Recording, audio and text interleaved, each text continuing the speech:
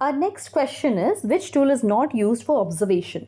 Anecdotal record, rating scale, checklist, questionnaire.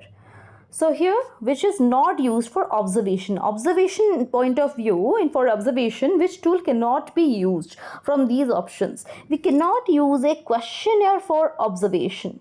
We can use a checklist, we can use a rating scale, and we can also use an anecdotal record, but not an observation, not in questionnaire for observation.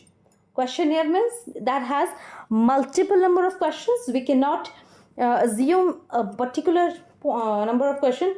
There could be n number of questions in a questionnaire, and that will give many different opinions, but that cannot be taken for the observation. Clear? But anecdotal record is a record of a particular student maintained throughout the year. Rating scale, we rate by giving some points from, like, maybe from 10 we rate, from 5 we rate. So that is observation skill for a child. And also checklist helps, like, which child is good at which stage. Like, we make a list, suppose he's good at drawing, he's good at painting, he's good at dancing. So this checklist also helps us for the observation. So these other points are correct, but not the questionnaire. Next, what is the purpose of diagnostic evaluation? To identify learners' specific weaknesses, to know overall learning achievement of learners, to know the effective functioning of school, to provide pass certificate. So what is the purpose? Purpose of diagnostic evaluation.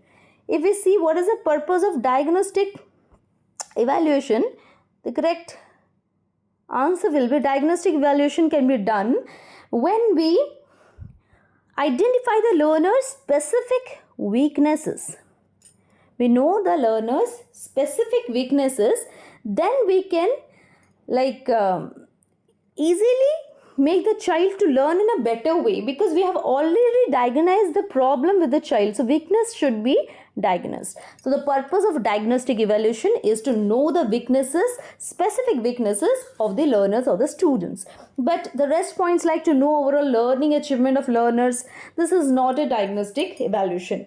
To know the effective functioning of a school, no. To provide pass certificate, no. Not definitely no.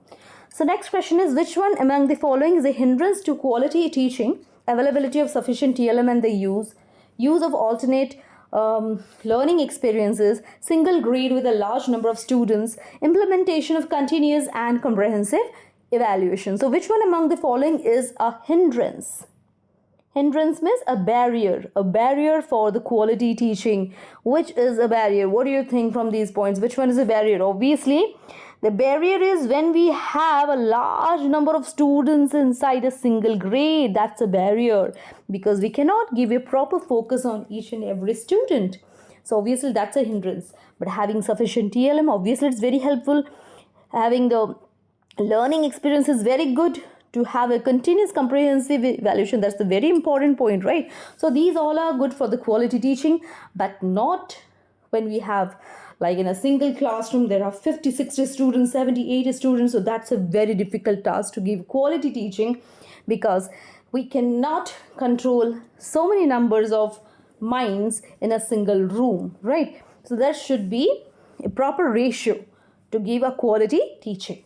Next, number 22, continuous and comprehensive evaluation helps to modify the method of teaching, reduces learning time for the learners, increases the workload of teachers, increases examination pressure on learners. Continuous and comprehensive evaluation is good for what? It actually helps to modify the method of teaching. It actually helps to modify the method of teaching. It doesn't reduce the learning time, it doesn't give more workload, it doesn't pressurize the learners, rather it helps to modify the method of teaching. Name of the capital of Odisha is dash. What type of question is this? Name the capital. It's a fill in the blanks question. So what kind of question is this? It's to complete a sentence, isn't it? So it's obviously a completion type. Completion type will be the correct answer here. Next is number 24. Learning is one situation does not have any significant influence over the learning in another situation is called. Learning in one situation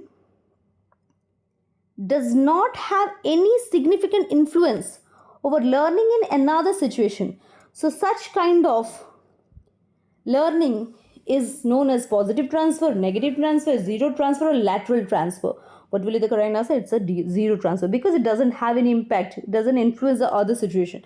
So the answer will be zero transfer.